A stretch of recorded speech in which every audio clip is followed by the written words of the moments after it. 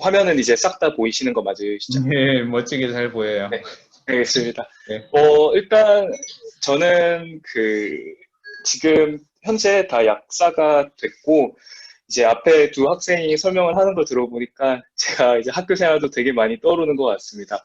그래서 제 소개를 간단히 하자면 저는 이제 영국에서 약사 이제 킹스 컬리지 런던을 졸업을 하고 영국에서 항암 약사로 좀 일을 하다가 이제는 한국에 들어와서 한국 제약회사에서 지금 일을 하고 있습니다.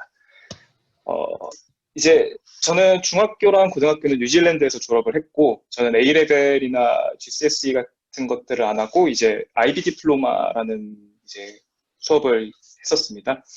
그리고 대학은 킹스 컬리지 런던 약대를 졸업을 했고 석사 과정으로는 미생물학을 졸업을 했습니다.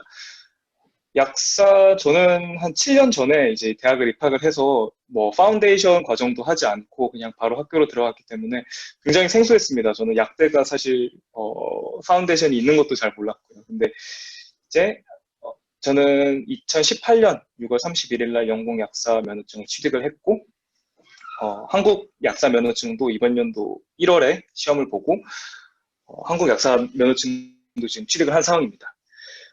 그 기타 자격증 이 부분은 제가 나중에 좀 설명을 하면서 같이 좀 말씀을 드리도록 하겠습니다. 어, 일단 제 가장 최근 지금 하고 있는 일은 제약회사에서 항암 신약을 개발을 하는데 그 임상개발팀 약사로 지금 근무를 하고 있습니다. 어, 뭐 요즘 뭐 코로나 백신을 만든다, 뭐 암과의 전쟁을 하고 있다, 뭐 이런 말들을 굉장히 많이 하고 있는데 거기서 과연 약사들이 할 수 있는 일이 무엇인지에 대해서 제가 좀 간략하게 설명을 드리려고 하는데 신약이라는 것들이 이제 개발이 되면은 이 약을 저희가 효능이 좋다고 해서 바로 사용을 할 수 있는 게 아닙니다. 이제 안전성 검사도 해야 되고 이 약물이 정말로 사람 몸에 부작용은 없는지 효과가 좋은지 이런 것들을 실험을 해야 되는데 처음에 이제 임상 실험이라고 하죠, 그걸. 근데 임상 실험을 진행을 하기 전에 동물한테서 먼저 그런 임상 시험을 진행을 하고 그 다음에 이제 환자들 군을 설정을 해서 뭐 암 환자들에게 이렇게 저희가 임상 실험을 진행을 하고 있는데 그런 암 환자들에게 어, 진행을 할 때 과연 어떻게 하면 우리가 이 환자들에게 최대한으로 효과를 볼 수 있고 그리고 어떻게 하면 가장 적은 부작용으로 이 환자들에게 이 임상시험이 진행이 될 수 있는지 그런 임상시험 자체를 디자인하는 일을 제일 주 업무로 하고 있고요. 또 저는 이제 약물들을 분석을 해서 이 약이 효과가 있을 것 같다 아니면 이 약이 우리가 가지고 와서 우리 쪽에서 진행을 하면은 훨씬 더 좋은 약물로 성장을 해 나갈 수 있다.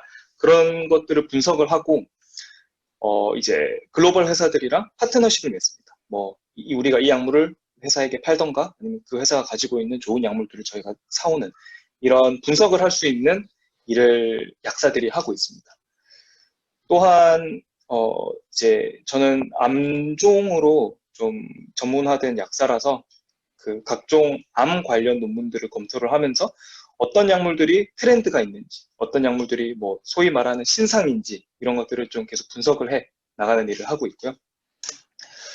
두 번째로 이제 한국에 저는 이번 연도에 들어왔습니다. 근데 약사가 되자마자 저는 캠브리지 대학병원인 웨스트 서포크 호스피털에서 그 항암 전문 약사로 근무를 했었습니다. 이제 사람들이 생각하기에는 약사? 약국에서 일만 해야 되는 거 아니야? 이렇게 생각을 할 수 있는데 사실 약사가 할 수 있는 일이 굉장히 무궁무진합니다. 뭐 특히 한국보다도 영국에서는 그 약사로서의 오소리티, 즉 권한들이 훨씬 많은데요. 저 같은 경우는 이제 암병동, 항암병동을 이렇게 회진을 하면서 이 환자가 먹고 있는 그 항암 치료가 최상의 그 컨디션으로 지금 유지가 되고 있는지, 최적으로 이제 우리가 줄 수 있는 환자에게 약물인지, 약물 도수는 어떤지, 이런 것들을 검토를 하고 최적화를 하고 있습니다. 만약에 A라는 환자가 약물이, 뭐 우리가 할 수 있는 100%가 아니다. 그러면은 이제 해당 간호사들한테 이야기를 하고 주니어 닥터들한테 이야기를 해서 이러이러이러한 약물들을 다시 처방을 해라 라고 이렇게 설정을 해주는 게 그 병원 약사의 업무입니다.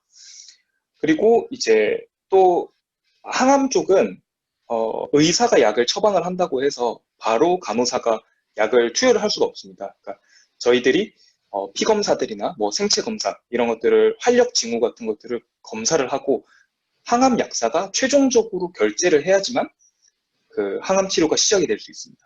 뭐 그런 부분들도 있고 또 저 같은 경우는 이제 아스트라제네카라고 방금 제인 학생이 언급을 잠깐 했던데 영국에서 이제 글로벌 대기업 그 제약회사입니다. 이제 그 제약회사에서 만든 폐암 신약을 저희들이 저희 병원에서 임상을 조금 진행을 했고 그런 임상을 진행을 할 때 어떤 환자들을 우리가 데리고 와서 이 임상 실험에 참여를 할 수 있을지 이런 것들을 이제 영국 항암 전문의들과 이렇게 토론을 하고 또 이렇게 선정을 하는 계획을 세우고 있었습니다. 이제 옆에 보이는 그림은 저기 킹스 컬리지라는 캠퍼스 사진이고요. 그 캠브리지 대학교에 있는 그리고 저는 이제 밑에 저희 팀원들 사진입니다. 방금 거기 사진 잠깐 있습니다. 바로 네네. 여기 킹스 칼리지는 캠브리지의 그 칼리지가 30개 이상 있거든요. 그 중에 하나의 맞습니다. 칼리지인데 제일 멋진 네. 칼리지라고 얘기를 하는 곳 칼리지고요. 런던에 있는 킹스 네네, 맞습니다. 칼리지라고 좀 다른 거고요. 그 다음에 질문이 네, 다릅니다. 조금 있네요. 보니까 혹시 뭐 이런 거 네네. 물어봐도 되는데 영국 약사로 일할 때 뭐 그죠? 대략적으로 연봉은 어느 정도 되는지 이걸 물어보네요. 네, 일단 영국 첫 번째로는 제가 지역 약국에서 일을 하는 것과 병원에서 일을 하는 것, 그리고 병원도 런던에서 일을 하는 것과 뭐 캠브리지에서 일을 하는 것, 그리고 뭐 제약회사에서 일을 하는 것, 다 천차만별입니다. 그래서 사실 일반적으로 가장 돈을 많이 버는 곳은 그냥 지역 약국에서 이제 취직을 해서 하는 게 첫 초봉은 제일 높습니다. 한국 돈으로 이제 세금을 떼지를 않고 하면은 한 5천만 원에서 한 5,500만 원 정도까지 저는 알고 있고요. 대신 이제 물가 상승률을 대비를 해서 그 연봉 인상이 있는 거라 어, 그 선에서 조금씩 조금씩밖에 오르진 않습니다. 근데 뭐 이제 병원에서 그 이제 엔트리 레벨로 들어가서 시작을 하게 되면 제가 알기로 한 4천을 조금 못 받는 걸로 알고 있습니다. 근데 뭐 저희가 연마다 10%씩 계속 연봉도 인상을 하고 있고 그리고 저같이 밴드 7으로 올라가게 되면은 뭐 거기서 타임스 한 20%에서 30%씩 계속 올라가게 되고 제가 알기로는 마지막 밴드까지 올라가게 되면은 한 70에서 80K 정도는 받는 걸로 알고 있습니다. 그러니까 80만 파운드 정도 받는 걸로 알고 있습니다. 네. 80만 파운드면 8만 1억, 파운드인가요? 네. 네, 80K니까 8만 파운드네요. 네. 네, 80개, 예. 네네네. 그러니까 8만 파운드면 좀 아마 1억, 1억 2천? 1억, 그죠? 그 정도? 네. 네. 근데 물론 이제 세전이라고 예, 말씀드리고 예, 싶습니다. 그래요. 네. 그래요. 그래서 그 약사고시 뭐 이런 건 또 따로 포함을 하나요? 지금 답변을 해주실 수 있으세요? 영국 약대 나와서 한국 약사고시 준비할 때 어려움이 없었나요? 이렇게 질문이요. 어려움이 있었습니다. 그 부분은 제가 나중에 조금 더 이제 설명을 해드리도록 하겠습니다. 다음 슬라이드에서. 예, 그래서 네. 저는 이제 항암 약사로 일을 하기 전에 외상이랑 정형외과 전문 약사로 일을 했고 또 이제 약사들도 나이트 시프트라고 하죠. 야간 근무를 합니다. 야간 근무를 해서 야간 의료진들한테 들어오는 양리학적 질의 답변들도 해주고 있고요. 그리고 저는 한 1년 정도는 그 런던 지역 약국에서 약사로서 일을 했었습니다. 그리고 방금 이제 앞에 제인 학생이나 다른 학생들도 이렇게 잘 설명을 해줬는데 영국 약대 시스템은 이렇게 크게 이런 식으로 볼 수 있을 것 같습니다. 학사 과정을 3년을 하고 그리고 나머지 1년은 포스트 그레이주에이션 석사 과정 그리고 예비 약사 프리 레지스트레이션 파마시스트라고 하는데 이제 의료 현장에서 이제 실습을 하게 됩니다. 이거는 뭐 약국이나 병원, 제약회사에서 할 수 있고요. 약사들이 기본적으로 알아야 되는 지식들을 현장에서 배우는 그런 예비 약사 곳이라고 생각을 하면 됩니다. 뭐 쉽게 말하면 인턴십이라고 생각을 하면 되고요. 그리고 나서 예비 약사 1년을 이수한 이후에 시험 자격을 취득을 할 수 있습니다. 근데 이 부분에서 제가 조금 강조를 하고 싶은 게 한국 그 국적을 가지고 계신 남학생들은 이거를 좀 잘 보시는 게 좋은 게 영국 약대는 학사로 졸업을 하는 게 아니라 석사로 졸업을 하게 됩니다. 근데 석사로 졸업을 하게 되면 한국에 들어왔을 때 병역 문제를 해결을 할 때 전문 연구요원이라는 거를 지원을 할 수 있거든요. 그래서 이 약대가 석사로 졸업을 한다는 거는 굉장히 큰 메리트입니다. 일단 이 부분은 아직 많이 안 와닿을 수 있는데 영국 약대만이 가질 수 있는 가장 큰 메리트라고 할 수 있습니다. 그리고 이제 저 주변에서도 굉장히 많이 물어보는 게 뭐 약사 되면은 그냥 약국 가는 거 아니야? 뭐 약국에서 약만 제조해서 주는 거 아니야? 라고 생각을 할 수 있는데 그것은 굉장히 극히 일부의 하나라고 저는 말씀을 드리고 싶습니다. 첫 번째로 이제 제약회사 약사로 이제 일을 하게 된다면 제가 방금 앞서 설명드렸던 임상개발팀 또는 뭐 신약 자체를 개발을 하는 업무를 볼 수가 있고 약물 자체가 나왔을 때 특허 관리도 할 수 있고 뭐 제조 이런 일도 할 수 있는데 뭐 이제 약물이 영국이라는 나라에서만 발매가 됐으면은 이런 약들을 이제 한국이나 아시아 마켓 또는 뭐 미국 마켓, 뭐 중국 마켓 이런 쪽으로 시장 승인을 확대를 하는 약도 그 업무도 다 약사들이 하고 있습니다. 또 앞서 설명드렸던 저는 항암 전문 약사로서 일을도 할 수 있고 그 뭐 레스피레이터리나 뭐 그 카디오, 뭐 응급실 중환자 이런 쪽으로 충분히 전문화된 약사가 될 수 있기 때문에 뭐 병원에서도 굉장히 경쟁력 있는 그런 약사가 될 수 있습니다. 약국은 또 다들 아실 수도 있는데 이제 또 정말 병원, 약국, 제약회사뿐만 아니라 뭐 제약회사 담당 사업개발팀, 금융업으로도 일을 할 수 있고 또 이제 보시면은 이제 의약품 관련을 해서 앱을 만드는 제 이제 동기도 받고 특정 기관 뭐 교도소나 영국 군대에 입대를 해서 군 약사로서 일을 하는 친구들도 많이 봤습니다. 뭐 굉장히 할 수 있는 일이 많다라고 좀 설명을 드리고 싶고요. 이제 영국 약사가 가질 수 있는 큰 장점 그리고 사회적 인식에 대해서 조금 말씀을 드리고 싶은데 일단 영국에서는 한국과는 굉장히 다르게 의약 분업이 일어나면서 이제 한국에서는 좀 약사들의 인식이 조금 안 좋아졌던 경우도 있습니다. 근데 영국 내에서는 약사가 약물 치료에 관여를 굉장히 많이 하고 치료 결정권을 많이 가지고 있습니다. 그렇다 보니까 약사들이 이 클리니컬 디시전, 이런 의학적 결정권을 내리는데 굉장히 큰 비중을 가지고 있습니다. 뭐 주니어 닥터들이라고 하죠. 처음 이렇게 면허를 취득한 지 얼마 되지 않은 그런 그 의사들보다도 훨씬 더 저희가 오토리티가 많고 이제 저희 보스 같은 경우는 한 26년 동안 항암 제제만 계속 개발을 했기 때문에 그 어떤 전문 의들보다는 훨씬 더 그런 비중이 높다라고 말씀을 드리고 싶고요. 영국은 이제 사회주의 경향이 굉장히 큰 나라입니다. 그러다 보니까 이 의료 시스템도 뭐 돈이 많은 사람이 더 많이 받고 돈이 적은 사람이 덜 받고 이런 것들이 아니라 모든 사람들이 다 평등하게 받을 수 있는데 약사들이 이제 한국과는 조금 다르게 뭐 마이너한 질병들에 대해서는 다이그노스를 하고 진단을 하고 또 거기에 있어서 약물들을 제공을 할 수가 있습니다. 그러다 보니까 이제 GP라고 하죠. 영국에서는 내원을 찾아가는데 그 내원의 웨이팅 시간이 굉장히 길거든요. 그래서 그 웨이팅을 기다리는 동안 약국을 정말로 많이 찾아옵니다. 그러면은 약사 선생님 이런 약은 제가 이러이러한 질병이 있는데 어떤 약을 좀 추천을 해주실 수 있나요? 하면은 저희가 이제 약국에서 이런 질병을 가지고 있고 이런 이력을 가지고 있기 때문에 이 약물이 제일 좋은 약물입니다 하고 소개를 해줄 수 있고요. 그러다 보니까 영국 시민들 생각에서는 내가 감기가 걸렸어 하면 병원으로 가는 게 아니라 약국으로 찾아옵니다. 그래서 내가 이러이러한 증상이 있다. 약을 좀 달라. 이렇게 되고 약국이 영국에서는 그 첫 번째 게이트라고 생각을 하시면 됩니다. 그렇게 생각하고 또 앞서 다른 학생들이 이제 언급을 했던 뭐 아스트라제니카나 GSK 그런 다국적 제약회사들의 본사가 영국에 위치를 하고 있고요.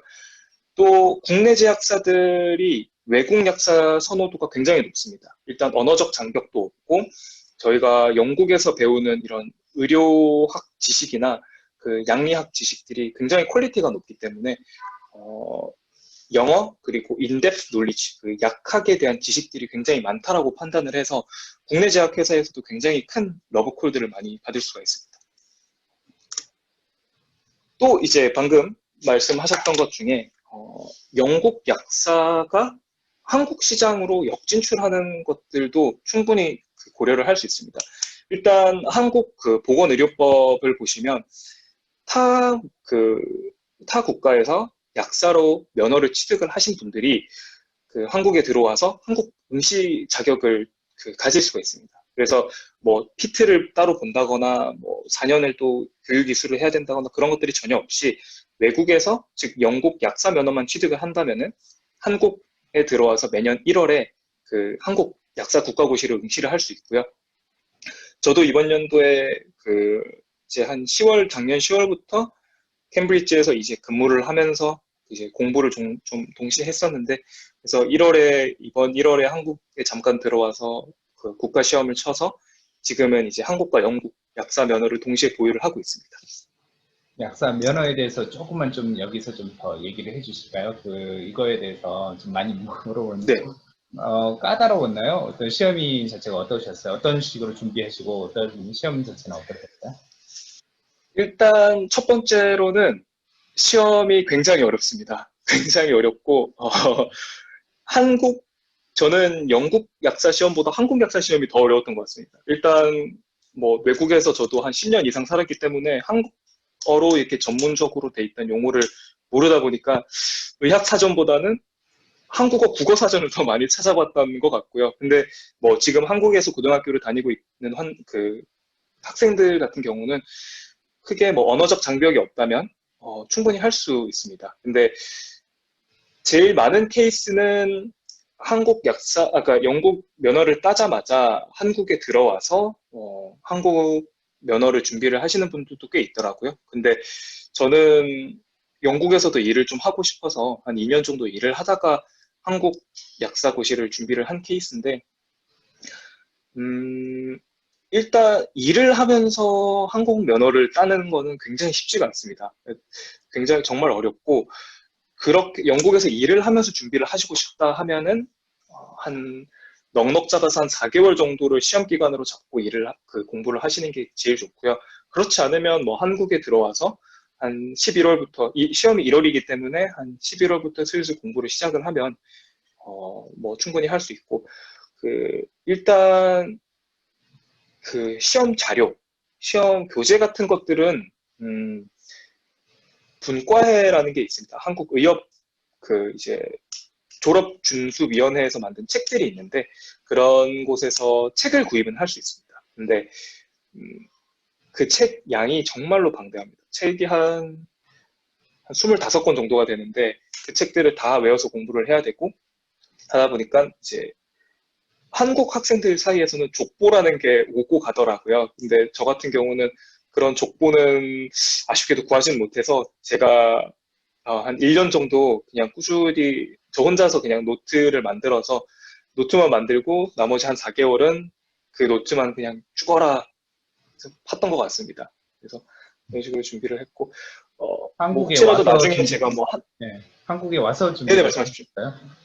아닙니다. 저는 영국에서 아, 영국의 책을 다 들고 들어왔습니다. 그래서 네. 영국에서 항암 약사로 일을 하면서 퇴근하고 한 6시간 정도 공부하고 매일매일, 그리고 주말에 뭐 한 11시간씩 공부하고 해서 그렇게 한 3개월 정도 공부를 하고 1월에 한국에 잠깐 들어가서 시험을 친 다음에 다시 영국으로 들어갔습니다. 네, 맞네요.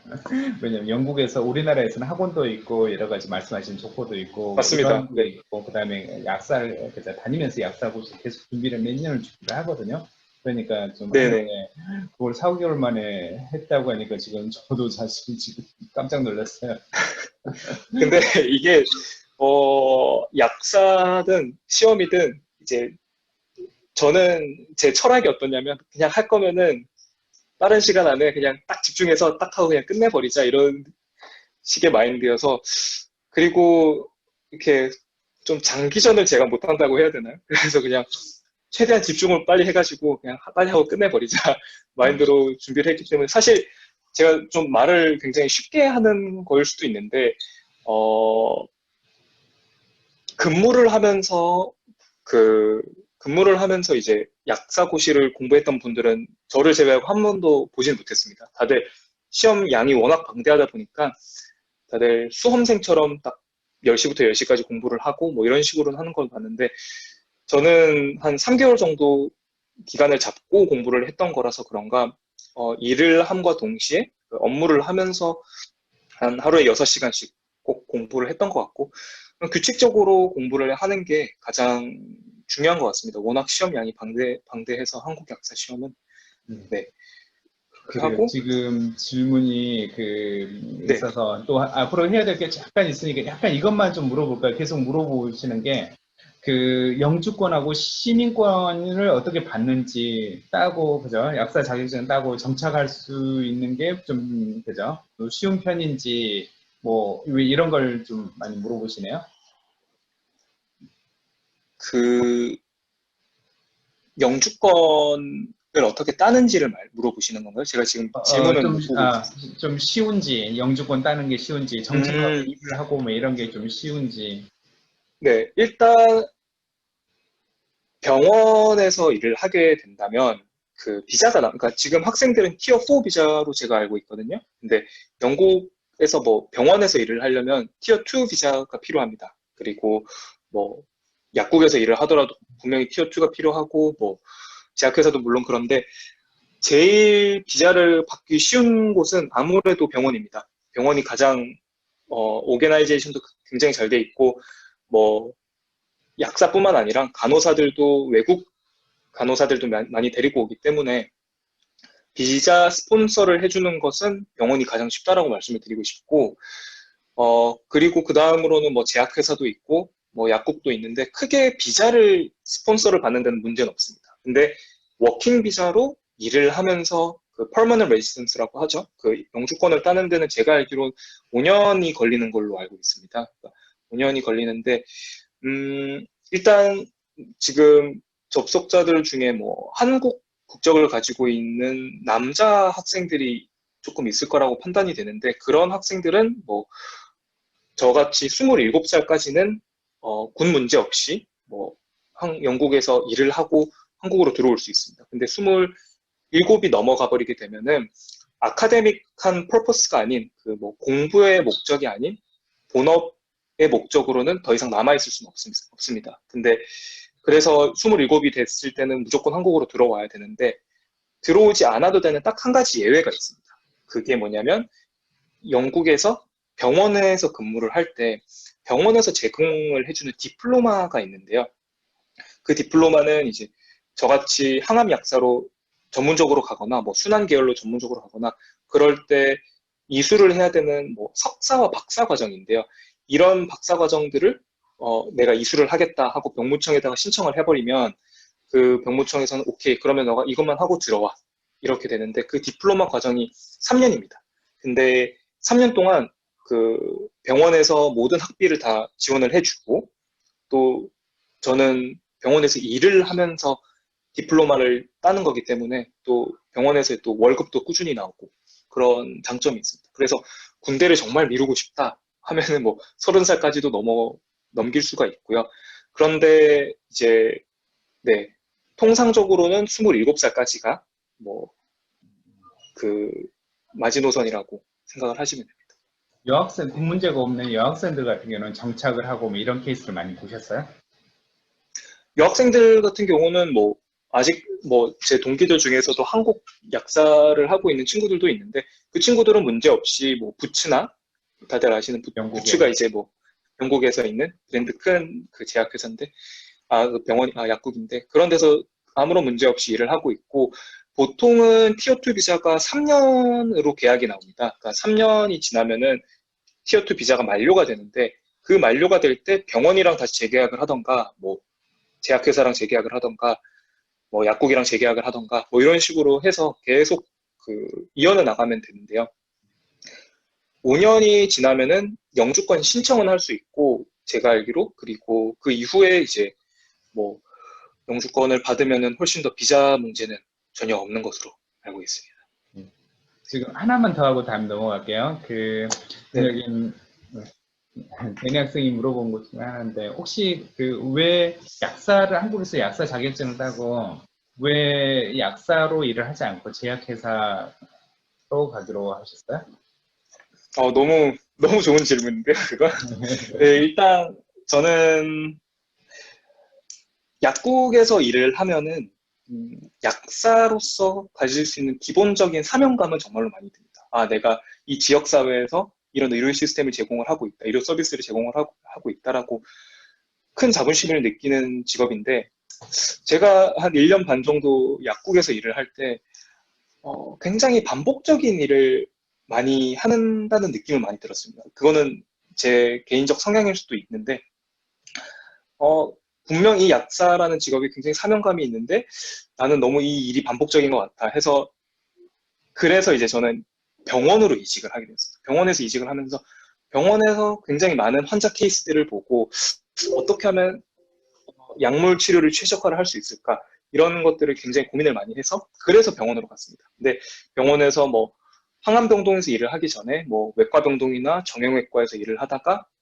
항암병동으로 이제 넘어가는 순간 그 약물 치료의 한계점을 굉장히 많이 봅니다.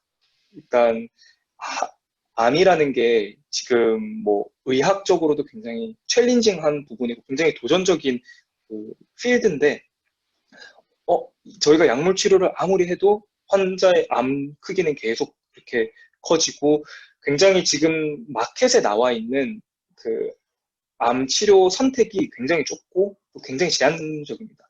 그래서 저는 항암 치료를 어떻게 하면 잘 할 수 있을까? 그렇게 해서 조금 더 항암 쪽에 전문화된 약사가 된 거고요. 그런데 또 이제 항암 약사로서 일을 하다 보니까 또 거기서도 저희가 임상적으로 좀 허가가 된 약들만 보게 됩니다. 뭐 한 100가지 약이 있다면 그 100가지 약만 계속 보게 됩니다. 그러다 보니까 분명히 더 좋은 약을 개발을 할 수 있을 것 같은데, 분명히 더 좀 사이드 이펙트, 그냥 부작용이 없는 약들을 우리가 개발을 할 수 있을 것 같은데, 내가 그러면 연구를 해보고 내가 임상 개발을 해보는 게 어떨까라는 생각이 들어서 저는 제약회사를 또 이제 스텝업을 해서 커리어를 좀 이렇게 또 옮기게 된 것 같습니다. 그래서 약사라는 직업이 사회적 인식으로는 뭐 굉장히 안정적인 직업이고 그럴 수 있습니다. 물론 그렇기도 합니다. 근데 저같이 뭐 계속 좀 도전을 하는 거를 좋아하는 사람들도 충분히 이 커리어 스텝이 잘 돼 있고, 병원 내에서도 저도 아직 병원에서 굉장히 시니어한 항암 약사로서 일을 한 것도 아니지만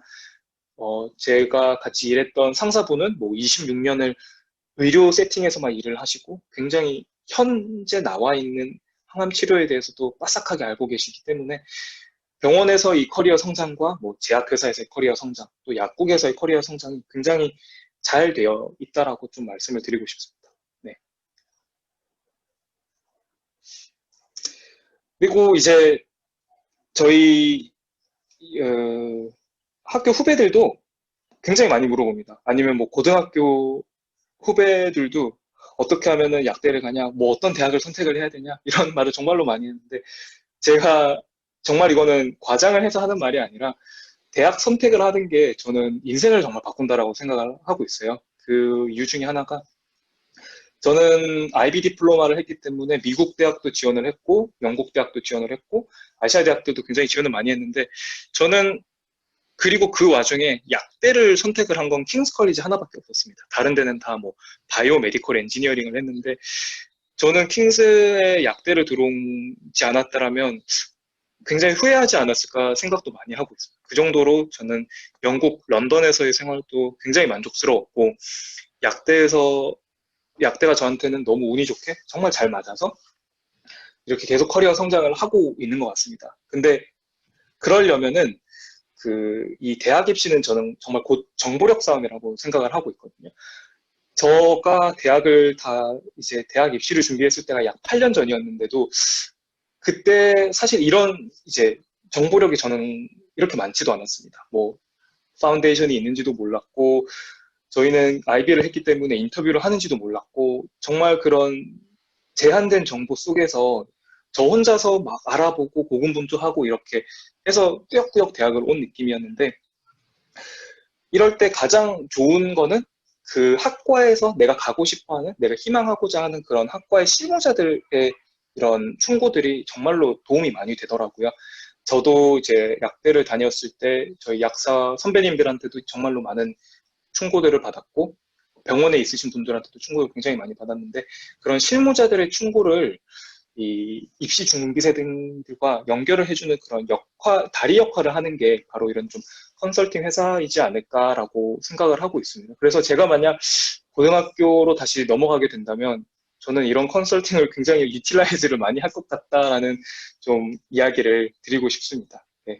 제가 준비한 그 발표 자료는 여기까지가 마무리됐고요. 혹시라도 뭐 다른 질문 있으시면 받도록 예. 하겠습니다. 아이고, 너무 감사드립니다. 먼저 박수를 감사합니다. 쳐주고 네. 싶은데, 지금, 혹시 그, 천재현 학생하고 제인 학생도 그 비디오를 잠깐만 켜실 수 있으세요? 몇 가지 질문이 좀 있네요. 혹시 네네. 그 지금, 음, 이경 씨 말고 좀 다른 분들한테 하는 질문이 좀 있네요. 혹시 그 영국에서, 제인 학생한테 주한 질문일 것 같긴 한데, 과학 용어를 배우는데 어렵지 않았느냐고 그렇게 질문을 던지신 분이 있네요. 한국에서 공부하다가 뭐 바이올로지나 케미스트리 용어를 공부하고 왜 이런 것들 많잖아요. 아무래도 저는 한국에서 생물이랑 이제 화학을 해서 한국 용어가 조금 더 편했었는데 이제 영국 파운데이션 과정을 하면 이제 영어로 계속 과학 용어를 보게 되잖아요. 근데 이게 생각보다 계속 반복적인 단어들을 보게 돼서 이제 한 번이 영어 뜻을 알게 되면 그렇게 어려울 건 없어요. 왜냐면 계속 반복적인 내용들로 공부를 하기 때문에 저절로 그냥 습득이 되고 이제 좀 새로운 용어를 봐도 이제 어느 정도 유추가 좀 되기 때문에 음. 딱 큰 어려움이 없었어요. 소연 학생 어떠셨어요? 지금 A레벨 하고 하면서 미리 익숙해져 있긴 했었는데 처음에 그 우리나라 중학교 마치고 이렇게 갔을 때 과학 용어라든지 뭐 이런 거 힘들지 않았어요? 네, 저도 한국에서 중학교 졸업하고 바로 영국으로 넘어간 거라 과학은 먼저 한국에서 배웠어서 머리에 다 과학 용어가 한국어로 되어 있었는데 저는 일단 책을 많이 읽었던 것 같아요, 교과서를. 그러면서 그 단어에 익숙해지려고 노력을 했던 것 그리고 지금 물어보는 게 다 한국 학교에서 공부하면 똑같을 것 같은데 그 파운데이션 과정 때문에 영어 때문에 그다음 유학에서 영어 때문에 힘들거나 뭐 이러지는 않으셨어요? 영어에 대한 걸 좀 얘기해 주시고 사실 제가 제일 강조하는 부분이기도 하고. 저는 진짜 그냥 딱 한국 영어만 했었거든요. 그냥 수능 독해나 리스닝만 해서 확실히 좀 스피킹은 많이 힘들었었는데 이제 유학 오기 전에 그냥 회화 수업이라도 하면서 말문을 트려고 노력을 했는데 아무래도 파운데이션에서 진짜 IELTS 막 8.0, 8.5 하는 친구들도 많았거든요. 근데 그 친구들하고 막 스피킹, 이제 토론을 할 때는 좀 많이 힘들었는데 그래도 이제 이게 익숙해지면 좀 제 생각을 전하게 될 수 있는 것 같아요. 근데 막 정말 파운데이션 과정 동안에는 영어 때문에 막 엄청 힘들진 않았어요. 초반에는 좀 힘들었어도 이제 아무래도 적응이 되다 보니까 음, 그렇게 않았어요. 그래. 세랑 선생님 지금은 영어 때문에 힘들고 뭐 이런 건 아예 없나요? 아무래도 저는 대학교 들어갔으니까 영국 애들하고 경쟁을 해야 되는 거니까 아무래도 영국인들보다 영어가 훨씬 떨어지기 때문에 네, 에세이 쓰거나 그럴 때 좀 한계점을 느낀다고 해야 할까요? 네.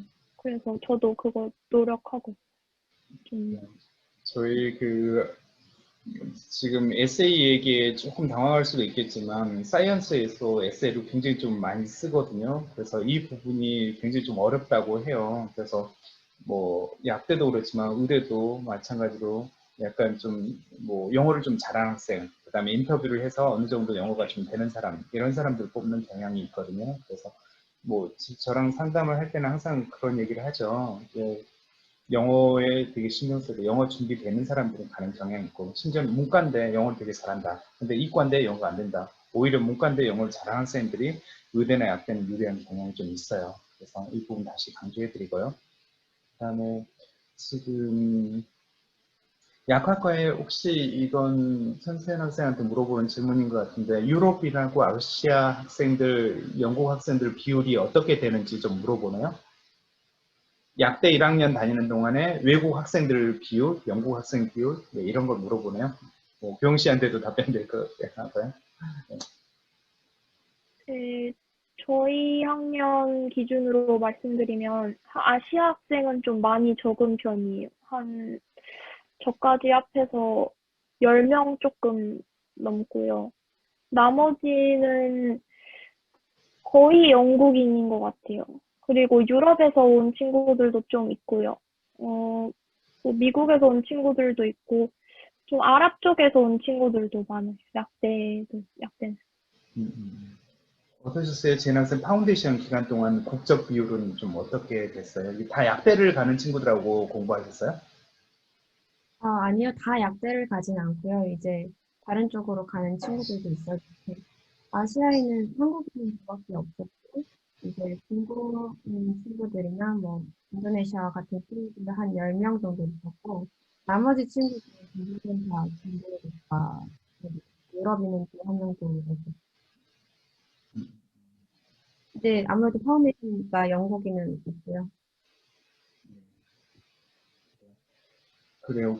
일반적으로 킹스 칼리지는 많은 학생들을 뽑는 왜 이런 학교는 아니다 보니까 좀 입학하기가 항상 힘들었었고, 그 다음에 9월 마감이라면 보통 3월 정도에 마감을 많이 했었거든요. 물론 코로나 때문에 올해는 7월 정도까지 뭐 지원이 가능하긴 했었었는데, 아무튼 킹스 칼리지는 좀 지원자가 굉장히 좀 많고, 그 다음에 많은 사람들을 그죠 뽑지 않고 어느 정도 성적이 되는 사람들을 뽑았기 때문에 항상 좀 네, 소수로 해서 소수이기 때문에 관리가 되고 보장까지 되고 네, 이런 상황이었던 것 같아요.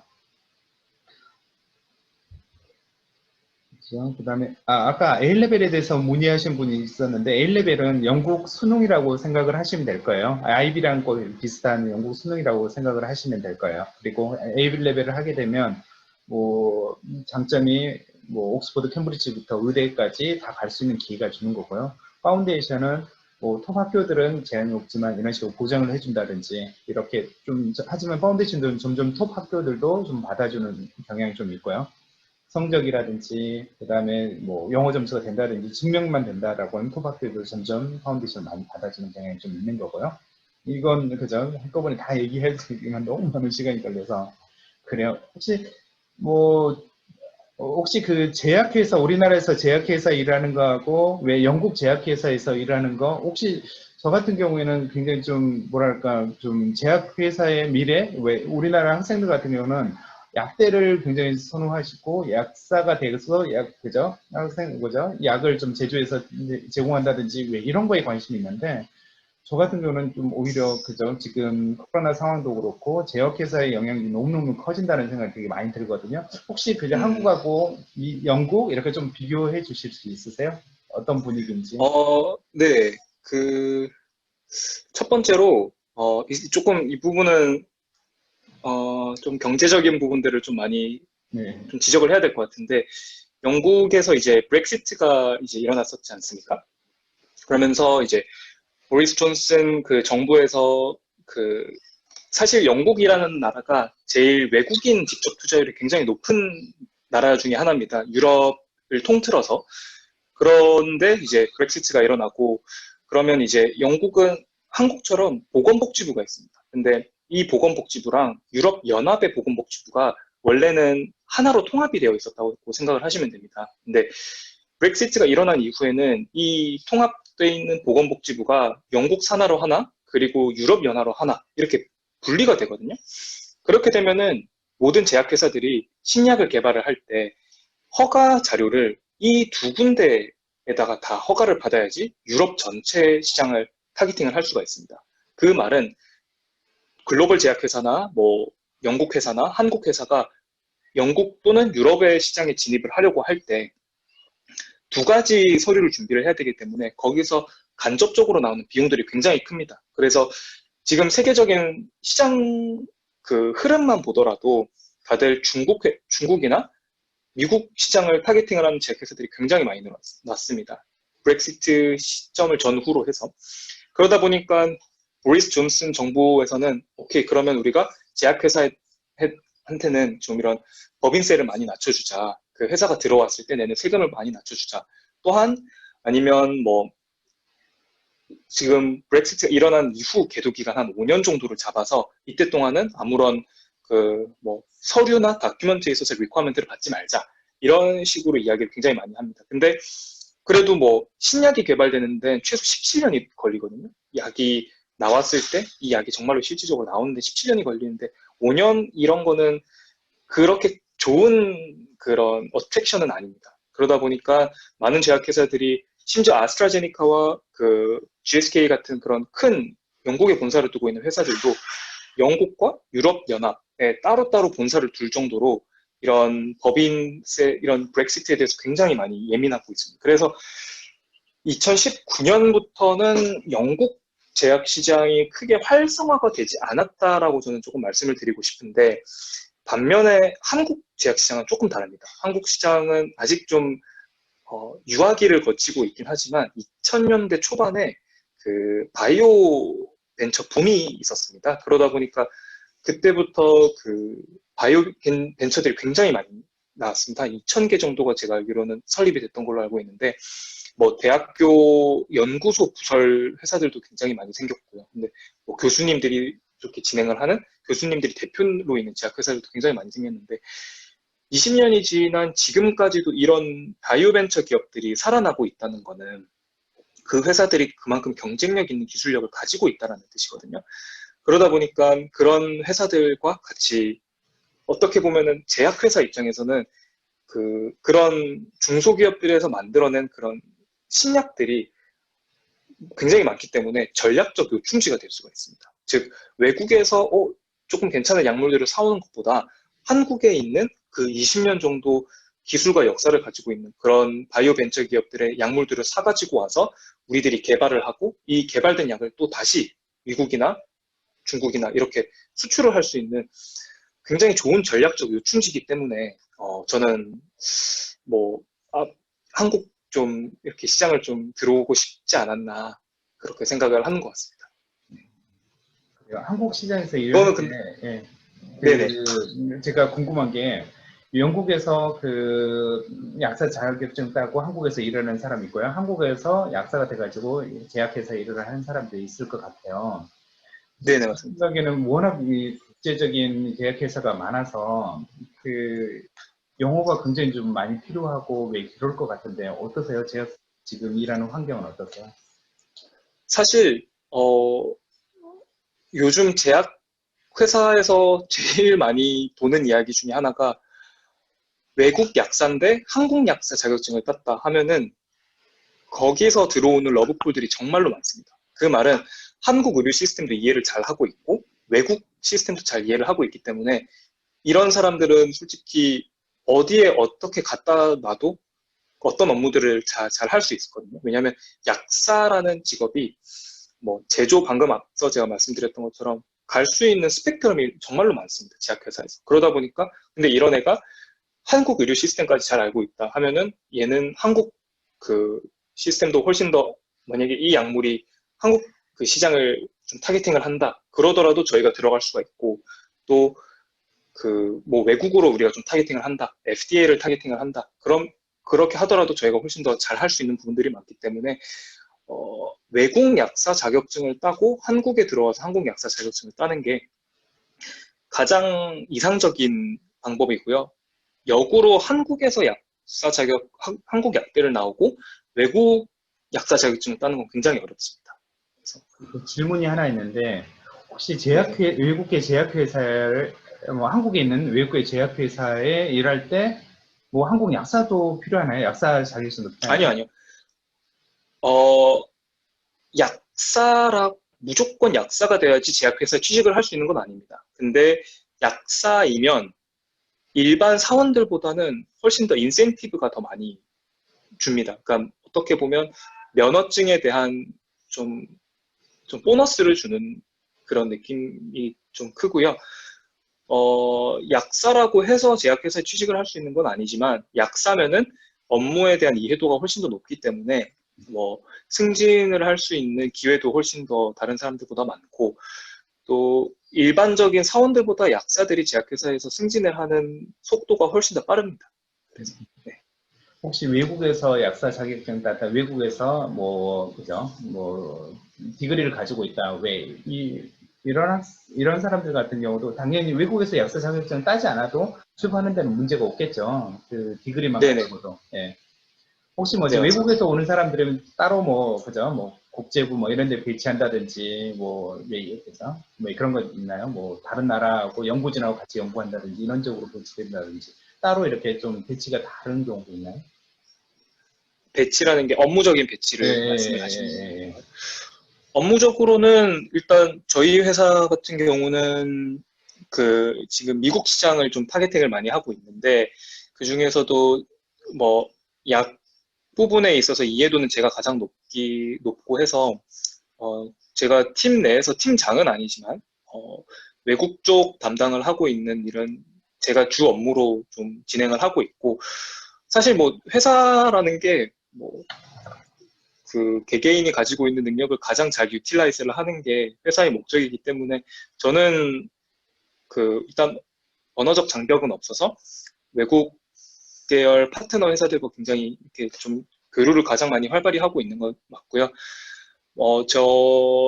저랑 같이 일하시고 있는 이사님 같은 경우는 이제 한국에서 의사를 하시다가 들어오신 분이어서 그분은 좀 한국에서도 좀 네트워크가 잘 돼 있기 때문에 한국 시장 쪽을 좀 많이 이렇게 관리를 하고 있는 그런 지금 상황입니다.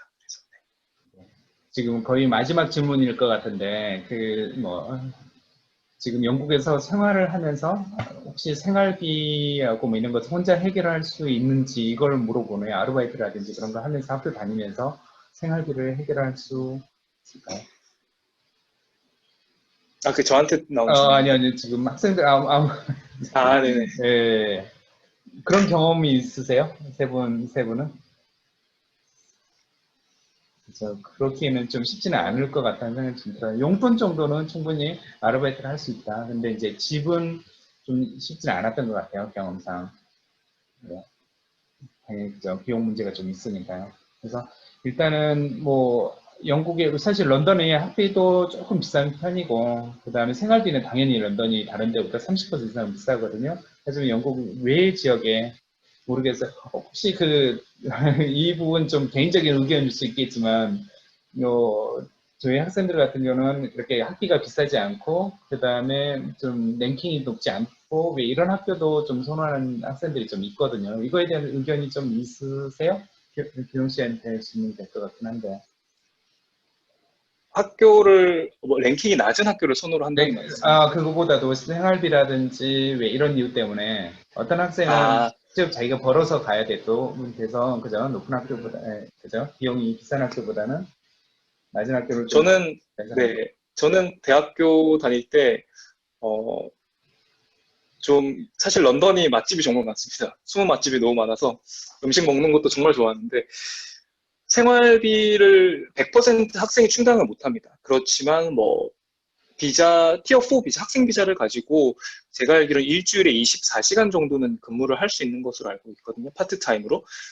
그래서 저는 이제 과외를 좀 이제 대학생들 고등학생들 아이비나 뭐 중학생들 수학과외 이런 것도 좀 많이 하면서 생활비를 좀 그런 식으로 충당을 많이 했고, 어, 저는 이제 다른 학생들도 런던에서 지금 대학 생활을 보내고 있는데, 외곽 지역으로 나가는 거를 그렇게 선호하지 않습니다. 제 고등학교 동기 친구들도 뭐 워릭 대학도 다녔던 친구가 있고 뉴캐슬 대학도 다녔던 친구들이 있는데 굉장히 런던을 자주 놀러 오더라고요.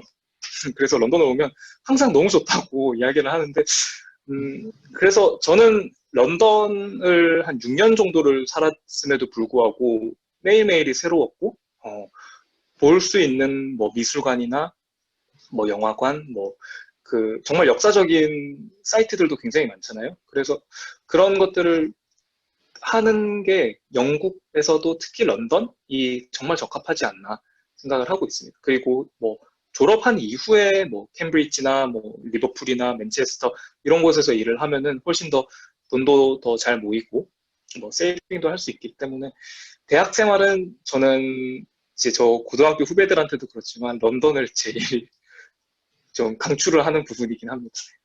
네. 그래요. 아이고, 오늘 너무 감사드리고요. 혹시 그 지금 학생들에게 뭐 진학생은 선생님도 좀 아까 그래서 배용 씨는 지금 언급해 주셨는데 좀 조언을 해주고 싶거나 왜 내 경험에 비해서 그죠? 음, 뭘 해가지고 오거나 이런 거 음, 있으시면 좀 저는 대학교 1학년 때 2학년 때 참고로 공부를 정말 못했습니다. 정말 못했고 어, 굉장히 못했는데 저는 이제 성장 곡선이 항상 이런 식이거든요. 그래서 런던이라는 곳이 정말 문화적으로도 나라 자체만으로도 가지고 있는 기회비용들이 정말로 큽니다. 그래서 저같이 이제 여기 킹스 컬리지에 학생 한 분이 있는 것 같은데 그 프랭클린 윌킨슨 빌딩 안에 도서관에서 저도 거기서 거의 살듯이 살았거든요. 근데 나중에 되돌아보니까 그게 항상 좋은 것 같지는 않았습니다. 학교 그 시험 기간 때는 정말 시험 공부 열심히 하시고 내가 시험이 끝난 이후에 조금 더 잘할 수 있었을 텐데 이런 생각이 들지 않을 정도로만 공부를 하시고 이제 학교 다니시면서는 코스웍도 열심히 하지만 런던을 좀 많이 경험을 해봤으면 좋겠습니다. 런던 내에서도 맛있는 음식집도 친구들이랑 많이 가보고 뭐 파티도 가보고 뭐 그 런던 생활을 좀 공부랑 적절하게 섞어서 하는 게 제일 이상적인 런던 생활이 아닐까 말씀드리고 싶습니다. 네. 감사합니다. 저 따로 질문하고 싶은 거 예, 있는데, 예, 예. 네네. 네네. 제가 나중에 대학회사를 희망하고 있어서 따로 방학 때 그거 취직하는 데 도움되는 인턴이나 그런 거 있었을까요? 그 지금 한국 시민권자인가요? 네.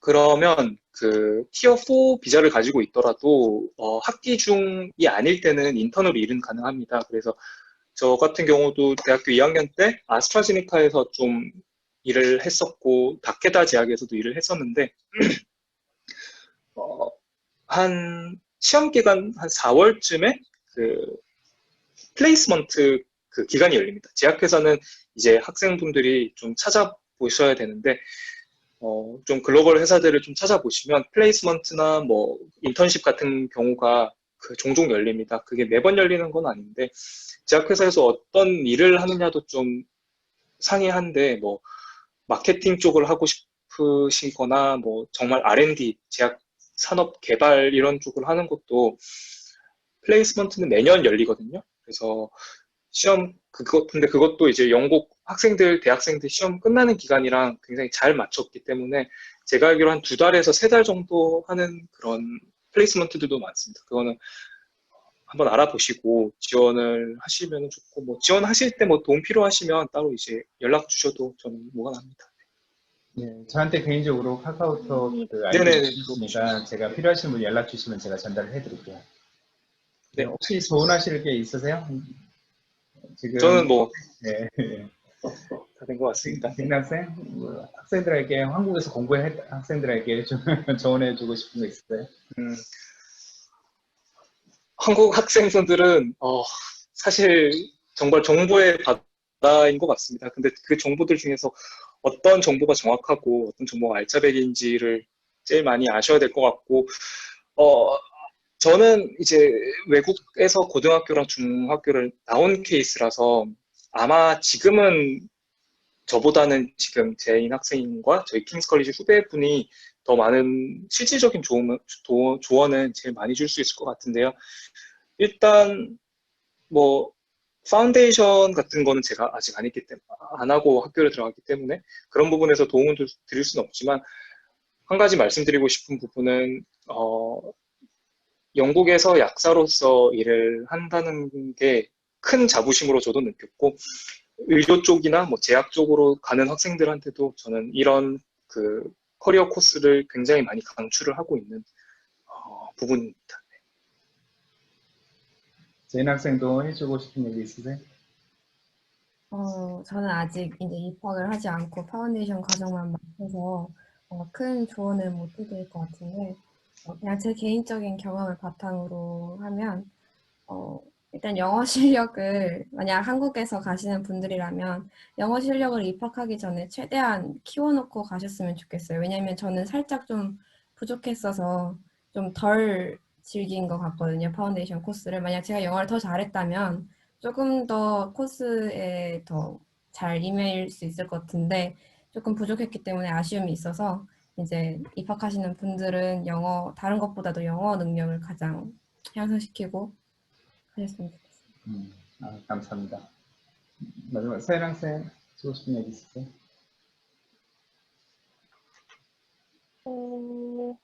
저는 뭐 따로 영어는 이미 다른 학생들 말씀드린 영어 정말 중요하고 그리고 저는 의외로 친구 사귀는 게 되게 중요했던 것 같아요. 1학년 들어가서 친구들이랑 과제할 때 친구들이랑 같이 얘기하면서 도움을 되게 많이 받았어서 코스워크가 학점 맞는데 되게 많이 비중을 차지하니까 네, 친구 사귀는 것도 네, 중요했던 것 같아요. 아이고, 되게 좋은 얘기를 되게 많이 해주네요. 어차피 언어, 그죠? 그 다음 친구 사귀는 거, 소통, 그죠? 네, 이런 것들이거든요. 그래서 항상 뭐 일단 너무너무 유익한 시간이었길 바라고요. 지금 너무 그저 시간이 좀 거의 1시간, 거의 2시간 가까이 좀 됐었는데 너무 감사드리고, 그 다음에 기용 씨, 그 다음에 제인 학생, 그 다음에 센 학생 너무 감사드려요. 그리고 그 다음에 저희 학생들이 굉장히 좀 열심히 했던 학생들이에요. 그리고 이 친구들 경험이 필요하시면 언제든지 저한테 연락 주시고요. 그 다음에 이렇게 이기용 씨 좀 도와드릴 거고요. 그래요. 오늘 너무 감사드려요. 그리고 제가 개인적으로 또 연락드리겠습니다. 또 자료 필요하신 분들 제가 연락드리고 자료 보내드릴게요. 네, 감사합니다.